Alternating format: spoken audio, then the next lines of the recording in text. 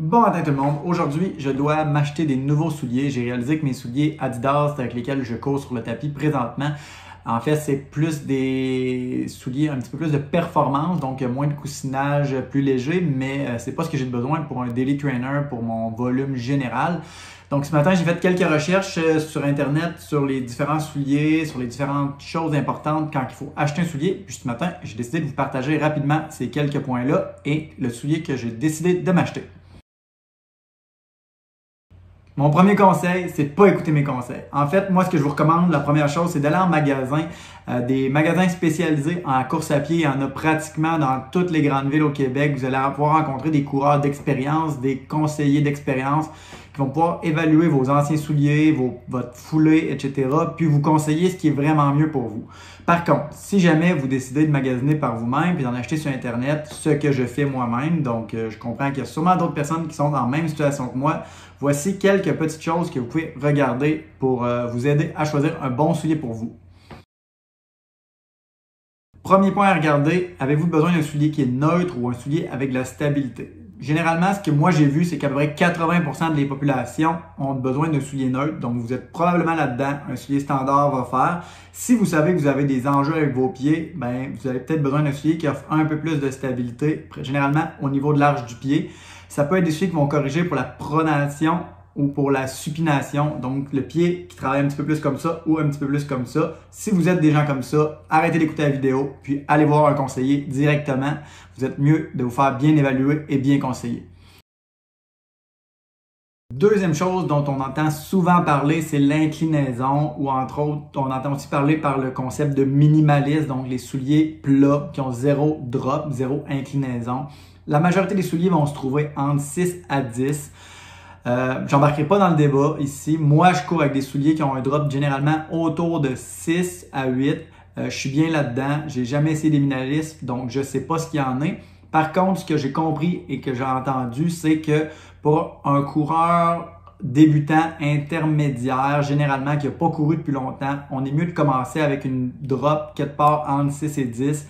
Ça permet un peu plus de flexibilité au niveau de l'ajustement du mollet, de la cheville, puis la capacité à courir avec quand on n'est pas habitué. Par contre, avec le temps, c'est possible de diminuer cette drop-là, puis d'aller probablement vers des souliers de plus en plus minimalistes qui vont permettre d'avoir une foulée qui est plus naturelle, plus proche de ce que le pied devrait faire. Et donc, je pense que la clinique du coureur en parle beaucoup, mais donc de diminuer les douleurs, diminuer les blessures qui peuvent en découler. Fait que je vous invite, si vous voulez plus d'informations là-dessus, à voir avec la clinique du coureur. Je vais mettre le lien en dessous dans la description. Dernier point important, moi je pense en fait, c'est de s'assurer qu'on choisit un soulier qui répond à nos besoins. Quand je parle de besoins, c'est de s'assurer de regarder la surface sur laquelle on va courir. Est-ce que vous êtes plus un coureur de trail, un coureur de route? Donc, il va falloir prendre un soulier qui va être adapté. Est-ce que vous courez pour vous entraîner pour des courtes distances ou pour des plus longues distances?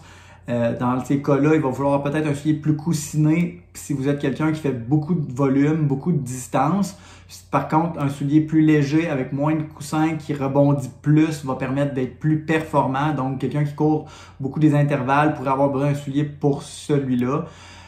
C'est difficile dans le fond d'avoir un soulier qui va tout faire, mais il faut donc regarder c'est quoi nos besoins actuels, c'est quoi qu'on a dans notre liste de souliers. Comme moi je l'ai dit présentement, je me suis rendu compte que mon soulier que j'utilise pour mon daily trainer, c'est un soulier un peu plus axé sur la performance. Donc présentement, ce que je regarde, c'est de m'acheter un soulier plus comme un daily trainer, donc un soulier plus coussiné qui permet d'absorber le volume, de pas mettre trop de stress sur le corps, un peu moins de stress sur le corps, je devrais dire.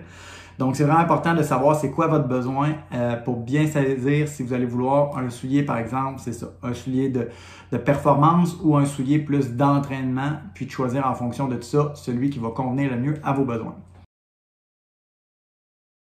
Ceci étant dit, aujourd'hui, dans le fond, il y avait aussi le bout où je magasinais mon soulier, le bout vraiment le fun. Moi, pour les souliers de route, je cours avec du Saucony quand même depuis un bon bout de temps, donc je suis sûr du fit pour mon pied et de la grandeur. Donc, j'étais un 8,5 chez Saucony dans les 3-4 dernières paires que j'ai achetées. Donc, je me sens à l'aise de commander en ligne du Saucony. J'ai choisi, dans le fond, pour cette saison-ci qui s'en vient, comme daily trainer, d'y aller avec la série Endorphine, le Shift, qui est celui qui sert principalement pour l'entraînement, donc qui est beaucoup plus coussiné.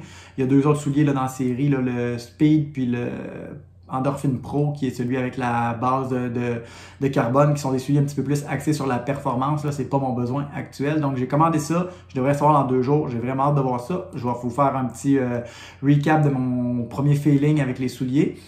Là, je commence ma journée de travail, puis par la suite, je vais faire mon entraînement sur l'heure du midi. Ce midi, j'ai un 5 km à pace marathon. Donc, je fais ça, puis je vous reparle un peu plus tard.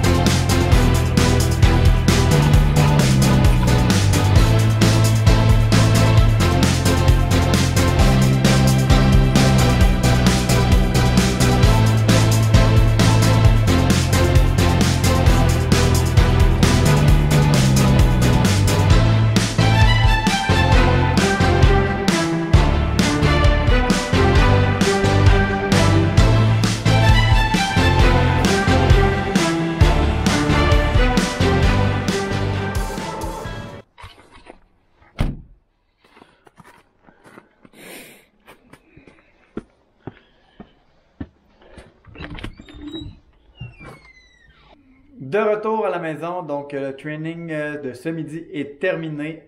Donc le 5 km a vraiment bien été. Il me reste vraiment beaucoup de jus. Donc la progression de la prochaine semaine là, de monter à 6, 7 jusqu'à 14, ça devrait quand même bien aller, je pense. Puis pour le reste, ça finit la journée d'entraînement pour aujourd'hui. Merci encore d'écouter cette vidéo. À la prochaine!